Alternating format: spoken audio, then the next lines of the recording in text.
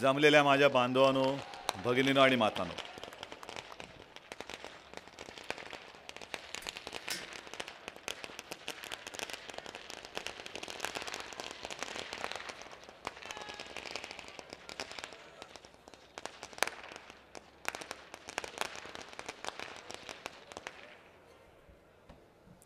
ही आपली 16 मेची रंगीत तालीम चालली. एक 2 वर्षापूर्वी मी पूर्ण रामटेक पिंजून काढला होता.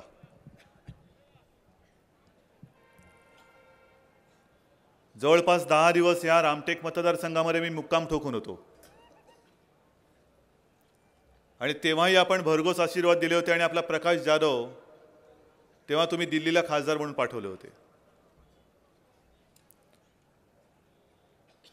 एकेकाळी असं म्हटलं जात होतं, नरसिंहराव जेव्हा इथून निवडून यायचे तेव्हा नरसिंहरावांकडे एक असा गर्व होता आणि त्यांना असं वाटायचं की हा रामटेक म्हणजे या रामटेकमधले सगळे गुलामच आहेत. त्यांनी असं म्हटलं होतं की इस रामटेक से एक लकडी म्हणजे लाकूड, एक लाकूड जरी उभं केलं तरी लोक तिला निवडून देतील. आणि मला अभिमान वाटतो की काँग्रेसचा हा जो गर्व होता हा या रामटेककरांनी, स्वाभिमानी रामटेककरांनी या पवित्र मातीमध्ये तो गाडून या रामटेकवरती सातत्याने भगवा फडकवलेला आहे.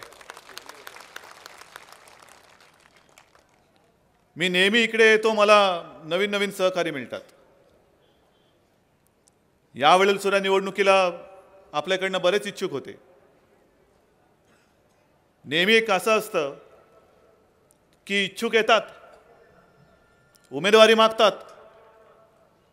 आणि उमेदवारी नाही दिली आधी सगळ्या आणाभाका होत्यात, मी निष्ठावान राहीन, अमुक करेन, तमुक करेन, आणि उमेदवारी नाही म्हटलं की पटकन उडी मारतात. पण आज मला समाधान वाटतंय, पवन मोरे सुद्धा इकडे आहे. गेल्या निवडणुकीच्या वेळेला आपल्या सोबत आलेले राहुल आहेत, अनिल नगराळे आहेत, आणि व्यासपीठावरती आलो त्यावेळेला पटकन मला नमस्कार केला तो आशिष देशमुख, भाजपमध्ये प्रवेश केला आहे पण आपल्या भगव्याच्या परिवारात आलाय. आणि अशी सगळी तरुण मंडळी, ही फौज, स्वाभिमानी आणि मर्द मावळ्यांची फौज घेऊन आपण आता दिल्लीकडे कूच करतो आहोत. विषय अनेक आहेत. नितीन गडकरींनी बराचसा पाढा वाचलेला आहे, पण या रामटेकचं एक महत्त्व आहे. तेव्हा असं म्हटलं जात होतं, ज्या वेळेला आपल्यामध्ये गद्दारी झाली होती, तुम्ही सगळ्यांनी ज्यांना विश्वासाने निवडून दिलं होतं तो विश्वासघातकी निघाला. आणि मग जेव्हा मी इकडे फिरत होतो तेव्हा एक चित्र असं सांगितलं जात होतं की इकडे शिवसेना शिल्लकच नाही म्हणे, आता काय राहिलेलं नाही इकडे. तुम्ही कितीही प्रयत्न करा, रामटेकमधनं आता विजय अशक्य आहे. त्यावेळेला तुम्ही सगळे स्वाभिमानी लोक गद्दाराला धडा शिकवण्यासाठी जे एकत्र आलात की त्याला जेवढा विजय मिळाला होता त्याच्याहून दुपटीने अधिक मताधिक्याने तुम्ही पुन्हा एकदा भगवा फडकवलात. आणि आता मला खात्री आहे, कारण ठिकठिकाणी मी जातोय. काल परवाकडे मी मराठवाड्याचा काही भाग आणि विदर्भाचा सुद्धा खामगावमध्ये गेलो होतो, बुलढाण्यामध्ये. आणि ज्या टोलेजंग सभा होत आहेत, मला नाही वाटत निवडणुकीच्या प्रचारामध्ये एवढ्या मोठ्या सभा कोणाच्या होत असतील. काल सोनिया गांधींची आणि शरद पवारांची सभा झाली इकडे म्हणतात यवतमाळमध्ये, भर उन्हाची सभा झाली. पण किती बसेस लावल्या होत्या, किती गाड्या लावल्या होत्या, किती खर्च केला होता, किती लोकांना भाडं देऊन आणलं होतं मला नाही माहिती. इथे तुम्ही सगळेजण एवढ्या मोठ्या संख्येने आलेला आहात, इकडे एक सुद्धा भाड खाऊ नाही याची मला खात्री आहे.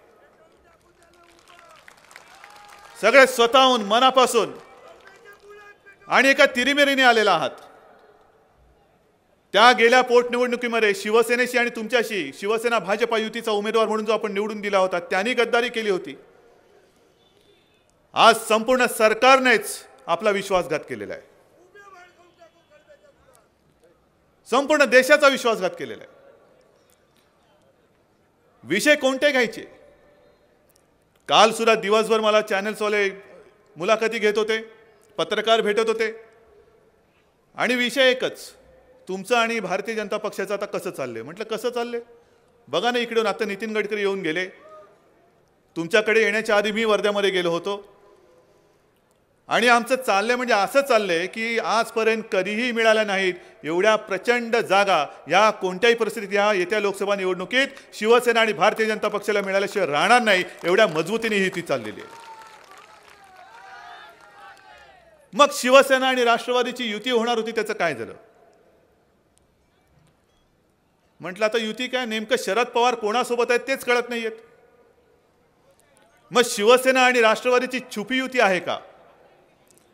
म्हटलं अहो असं आहे, एक तर मध्यंतरी जी हवा चालली होती की शिवसेना आणि राष्ट्रवादीची युती होणार, झाली का युती?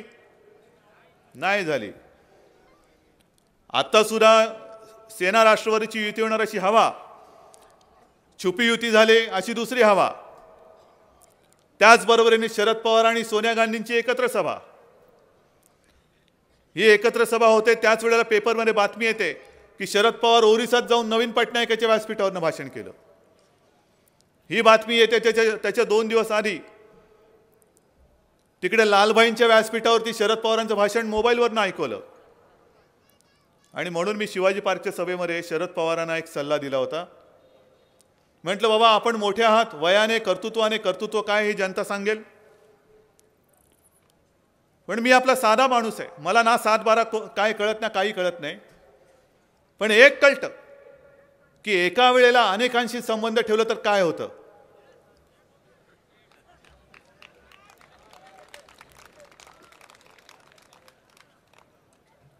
मला म्हणायचं होतं ना घरका ना घाटका, दोन्ही घरचा पाहुणा उपाशी. तसे हे आता 2 नाही किती घर आहेत मला माहिती नाही, पण हे उपाशी राहणार हे निश्चित आहे. बरं, आरोप करताना तुम्ही काय आमच्यावरती काय म्हणून आरोप करताय? काल या सोनियाबाई इकडे येऊन गेल्या, काय पहिल्या प्रथम विदर्भात आल्या होत्या? सोनियाजींच्या आधी मनमोहनजी येऊन गेले होते. पंतप्रधान इकडे विदर्भात येऊन गेले, त्याला पण 2-2.5 वर्ष होऊन गेली. संपूर्ण त्यांनी तो दौरा केला, किती जणांना भेटले, काय केलं मला माहित नाहीये. पण पंतप्रधान येऊन गेल्यानंतर आत्महत्या थांबणं तर सोडाच, पण दुर्दैव असं की आत्महत्या वाढतच चालल्यात. आज सुद्धा पेपरमध्ये बातमी आहे की विदर्भामध्ये गेल्या काही दिवसात 5 ठिकाणी आत्महत्या झाल्यात.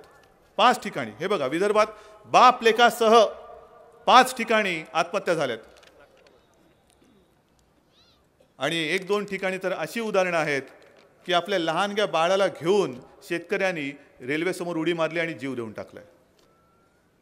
लहान लहान मुलांना घेऊन, अरे जी मुलं आपण म्हणतो ना कळी उमलायचे, ते फूल त्याला काय कळतच नाहीये.